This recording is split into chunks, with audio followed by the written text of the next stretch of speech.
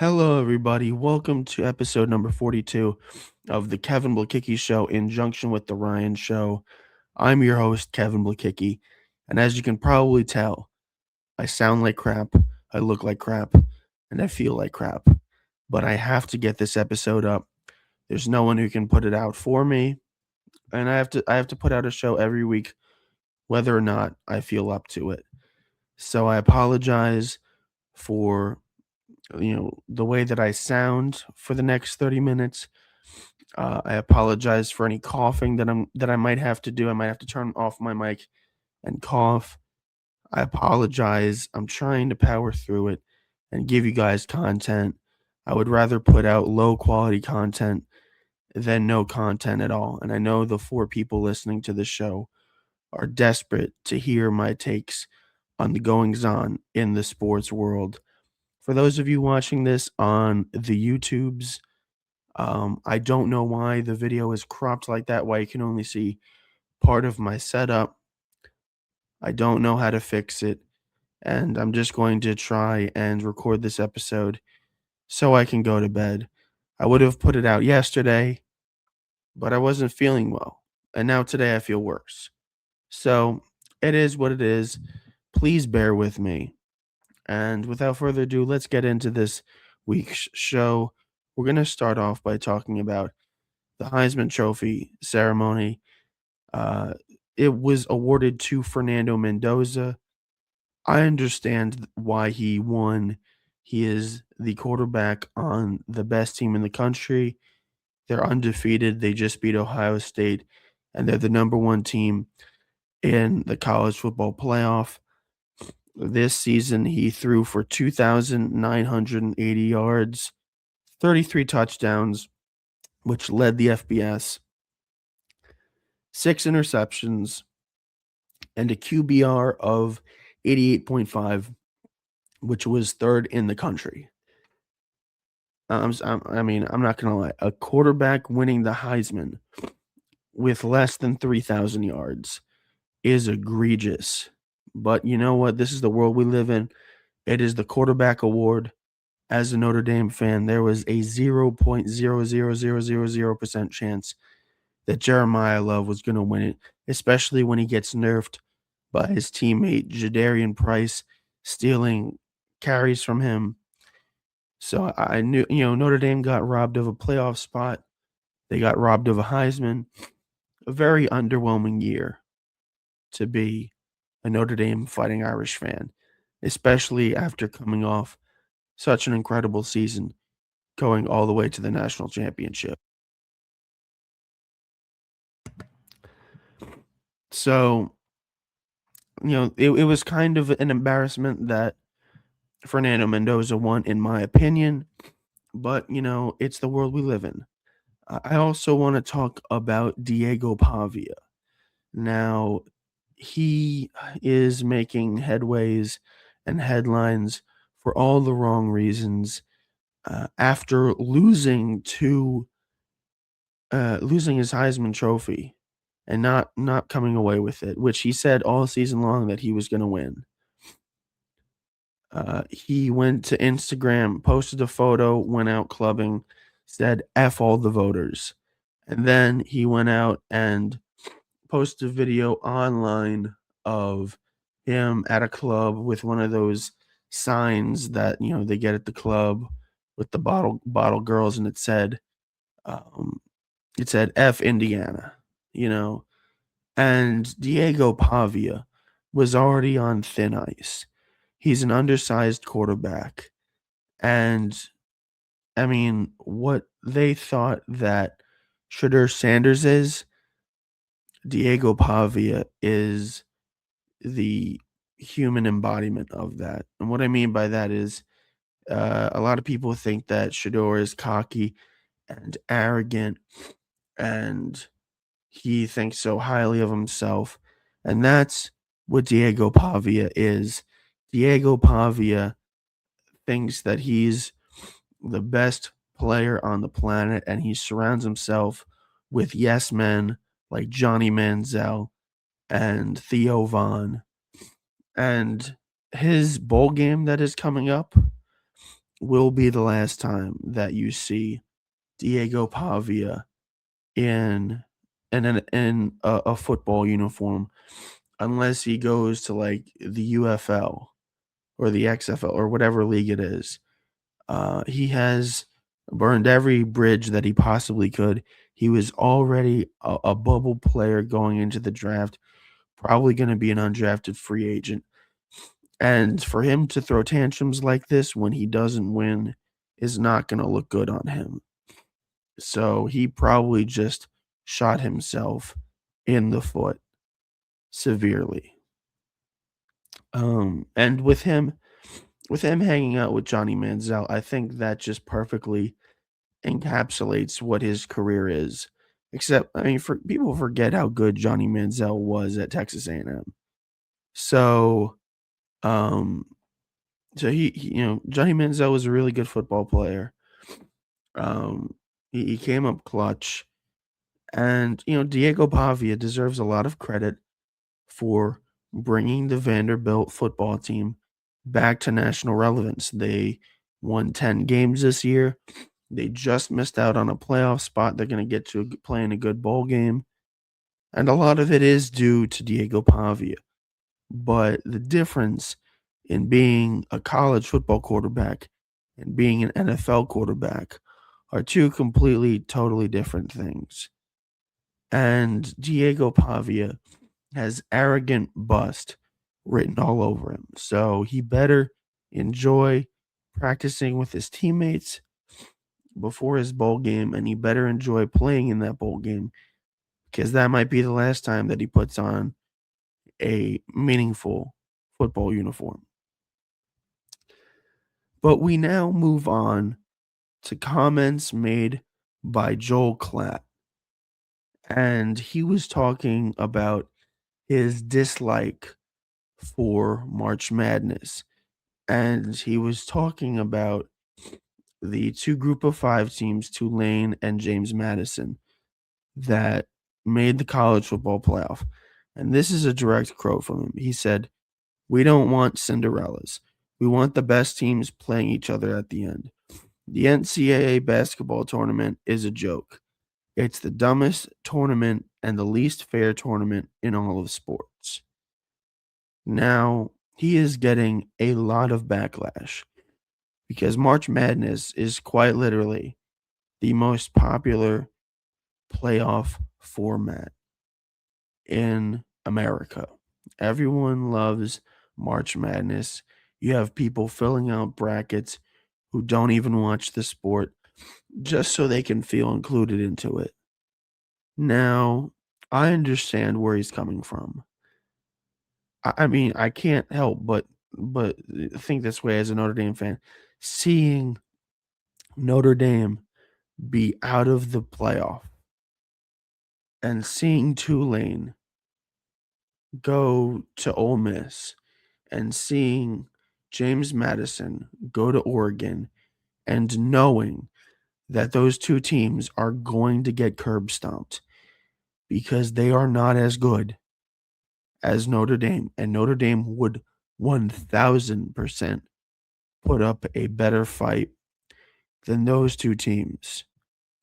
However, Notre Dame lost 2 games. They lost their 2 biggest games of the season. They won everything else. Miami ended up getting in over them. With the current playoff format, there is a group of 5 champion that automatically makes it the highest ranked. And then since the ACC wasn't wasn't ranked high enough in the AP poll, a 5-loss Duke team, then you have a team like James Madison get in. And you know what? We're gonna see this weekend when Ole Miss and Oregon absolutely boat race them, that it's gonna be boring. It's not gonna be competitive. And, you know, Notre Dame would 1000% put up a better fight. At the end of the day, it's not how it works. I think that I've been saying this for a long time, but we need a college football relegation system I do not think that the group of 5 should be included in the playoffs at all because they're simply not the same level of football. And I think that it is 1000% a Make-A-Wish here damn charity case. It is just to say, "Hey, everyone can compete for a national championship," when in reality, there's, like, maybe 5 or 6 teams that legitimately can win a title each year out of the over 100 FBS teams. So, I understand where Joel Klatt is coming from. In regards to March Madness, you know, I always like to assume that, the playoff format rewards the best teams in the regular season and gives them the best chance to win a championship. I always feel like the purpose of having a playoff format is to crown a champion who everyone believes to be the best team in that given sport in that given year. Now, it doesn't always work like that. Famously, the Giants upset the undefeated Patriots in the Super Bowl. The Giants are champions. Doesn't mean that they were a better team than the Patriots all year long. No, but due to the playoff format at that time, the Giants were able to get in. They made it far enough, and for 60 minutes, they were the better team over the Patriots. And it's a great moment. It's a Super Bowl that I'll never forget. Um, but I don't think that college basketball is trying to crown the champion at the end of the season. I don't think that's the main purpose of March Madness. For me, I think the purpose of March Madness is money. The more teams that are in the March Madness tournament, the more eyeballs are on it, and that means the more money that comes into it. If it was about crowning the best champion, you wouldn't be having these neutral site games. You would be having these games played on college campuses. If it was about crowning a champion, you wouldn't be playing the semifinals and the national championship in a freaking football stadium. You wouldn't be playing basketball in a football stadium. You would be either playing it again on campus or in an NBA arena. It's all about money. And it's all about, at the end of the day, saying, hey, anything can happen. This team is full of stars, it's full of future NBA talent. But you know what? For one day in March, this little scrappy team was able to win a game and upset one of the best teams in the country. It is not a playoff format that is supposed to crown the best team. It is all, fortunately, about money. So I kind of agree with what Joel Klatt is saying. I understand the people who have issues with it, but at the end of the day, everyone's able to have their own opinion. But that does it for this first part of the Kevin Blekicki Show. We will be back after these messages. We are back with episode 42 of the Kevin Blekicki Show. Only 15 more minutes of me sounding like crap. We made it halfway through. I'm proud of you guys, and we're going to power through this. We are going to start off the second part of this program by talking about the Kansas City Chiefs. With their loss on Sunday to the Los Angeles Chargers, the Chiefs are now 6-8 and not going to make the playoffs for the first time since 2014. And to make matters worse, Mahomes tore his ACL in this game, and it looks like it's going to be Travis Kelce's final ride as an NFL tight end. And the remaining the 3 games left might be his last 3 in the NFL, and he might not get another opportunity to win a Super Bowl. And, as someone who hates the Chiefs just like everybody else in the NFL, it is a good time to celebrate. They've dominated for so long. It's great for other teams to have the opportunity to. It now allows the Bills an opportunity to finally win a Super Bowl now that Patrick Mahomes is not going to be there to take it away from him. However, the Bills now have to worry about the New England Patriots winning the division instead of them. The one time that the Chiefs are not going to make the playoffs, the Bills might not even win the division, which is crazy. You got to give a shout out to the Patriots, and as a Jets fan and as a Patriots hater, it's definitely sad to see the Patriots have their dynasty, suck for a few years, rebuild, and now be one of the best teams in the AFC on the same time that the Jets haven't made the playoffs. It truly sucks over here, and we are one of the most tortured fan bases in the NFL. But anyway, I digress. Going back to the Chiefs, they were actually up 13-3 in this game, and they still ended up losing. It's a tough way to go out. Uh, you know, but all things happen for a reason, and I don't know if this is the end of the dynasty. It sure looks like it if Travis Kelsey isn't able, or is unable or unwilling to play past this season. Surefire first ballot Hall of Fame tight end, but we'll see what happens. We'll see if the Chiefs are able to bounce back and make the playoffs next year. Um, I would not like that. I'd like other teams to have the chance to do it, and the Broncos are likely to win the AFC West, so good for them. Speaking of former Chargers, we have Philip Rivers. Yes, you heard me right. Philip Rivers came out of retirement, played in an NFL game for the first time since the 2020 pandemic season. He came out of retirement because Anthony Richardson is hurt, Daniel Jones just got hurt, and Riley Leonard is also hurt. So the Colts did not have any other options. They had to go with Philip Rivers. And you know what? He wasn't great in the game.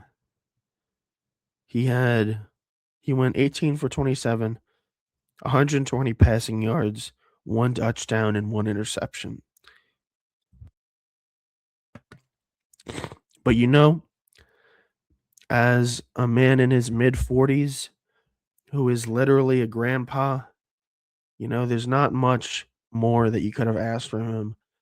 120 yards in an NFL game is a lot more than most mid-40s NFL quarterbacks who are coming off playing a game for the first time in 5 years than most people would do. So, Tom Brady was still able to play at a high level late in his career into his 40s. That is an anomaly. This isn't supposed to happen. And the fact that Philip Rivers is still out there chugging, he was he was a high school football coach, and he's been listening in on the Colts weekly team meetings, so he knows their scheme. It was just about his ability to get back out there on the field and compete, and he was able to do it. I think, with Daniel Jones going down and Anthony Richards already being down and Riley Leonard being out, there's not much hope for the Colts right now. So really any production that you can get out of Philip Rivers is better than nothing. I know that they would choose literally any other quarterback if they had uh, the opportunity to, but I mean, on such short notice, there's only so much that you can do. And this is good news for my New York Jets because the way that Daniel Jones was leading this Colts team, they were firing on all cylinders. There was a time at Tankathon where the Jets pick from the Colts was going to be 31 or 32. It was going to be an early second round pick, basically, because the Colts were going to be that good and one of the projected Super Bowl teams. And now, if you look at Tankathon, the Jets are now going to be picking number 18 in the draft. So they now have the number 5 overall pick and the number 18 overall pick. So that trade for Sauce Gardner now looks a little bit better for the Jets. And I'm not saying that I'm glad that all the Colts quarterbacks are hurt, but it's objectively good for the Jets. So I wish that they trot Philip Rivers out there for the rest of the season and he continues to lose them games because it means better draft picks for the New York Jets. We are also going to talk about the NBA Cup. Now, I'm not a huge basketball guy. You guys know that. And part of the reason why is because of the discourse. I find online NBA discourse to be some of the most toxic and some of the most disingenuous and some of the most reductive conversations that we have as a society. Um, the NBA is, I mean, everyone's just always at each other's throat. Everyone's trying to compare eras and trying to tear people down. And for whatever reason, they're always talking about legacy, trying to compare people in different eras when the style of play was different. And this is all just meaningless fodder because we're never truly going to know who is better than who because the game of basketball has changed so much over the decades and all you can do is be dominant in your era. But the reason why I'm talking about the NBA is because the New York Knicks have actually won a trophy. They won the Emirates 2025 NBA Cup. It is the first championship that the New York Knicks will have brought the city of New York since 1973. No, pretty much no one watching this video or listening to this program, if you're around my age, has ever seen the Knicks win a championship. You got to be the generation previous to have seen a Knicks championship. And, the Lakers raised the banner for the NBA Cup, and so did the Bucks. But they have also recently won NBA championships. The Knicks haven't won anything since 1973. And now I know Knicks fans, and I know they think very highly of their team. And I know that this isn't the trophy that they want, that they want to, hold up. They want to win the NBA Finals, and they think, especially with the Boston Celtics being the way that they are, and Jason Tatum being out for the year, that this is their opportunity. And, I can't blame them. As a Brooklyn Nets fan, I will be rooting against them the entire way.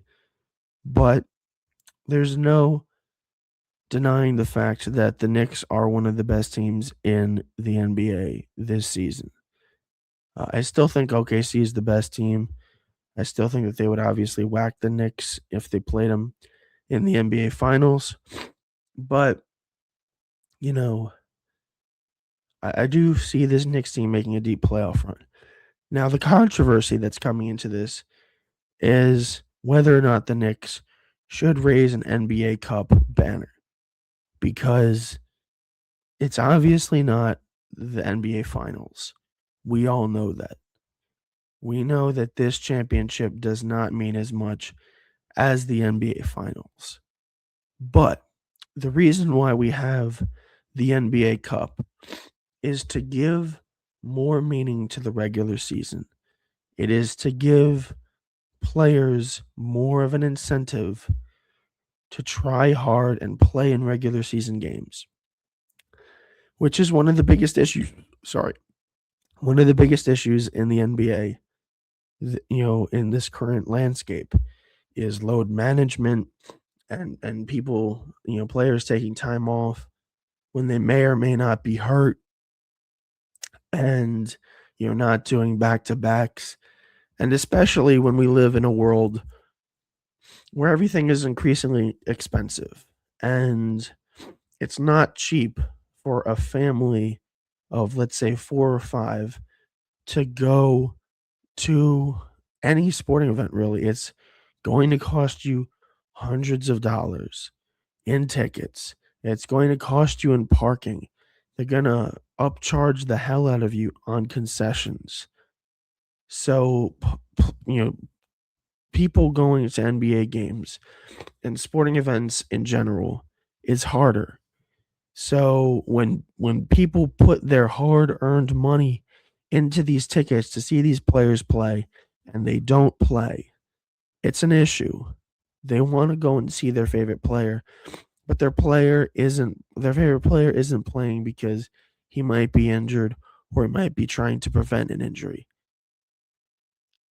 And so we created the NBA Cup to give them something to play for. They get a trophy, they get, medals, and they should be getting a banner.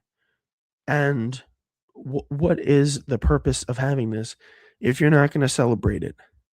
If these players don't treat it like an accomplishment, then it fails. And right now, these players are treating it like an accomplishment.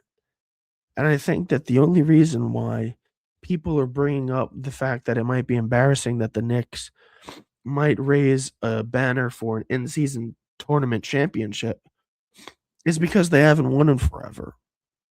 Like, it's for a team like the Lakers who have championships, and like the Bucks who recently won a championship, it's okay to raise it because they've done it recently. So, I mean, I don't know if it's because I'm older, but I think that everyone should be celebrating more. If you win the NBA Cup, grab that trophy, grab those hats and T-shirts, raise that banner, and be proud of it, because it's hard to accomplish things in this world.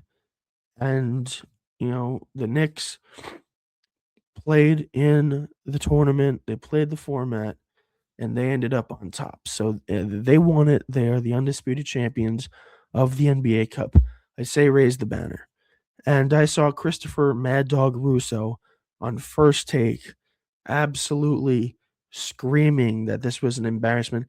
This is the reason why NBA discourse is so insufferable, because you want them to compete and you want them to play hard and you want the regular season to have meaning. And then when you reward them with a regular season championship, all of a sudden it doesn't matter. And we're back at square one. So if you're the Knicks, go off and celebrate.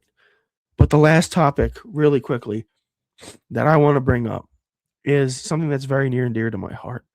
I've mentioned my struggles with mental health. And, there are very, few times where I'm rewarded for still being on this planet.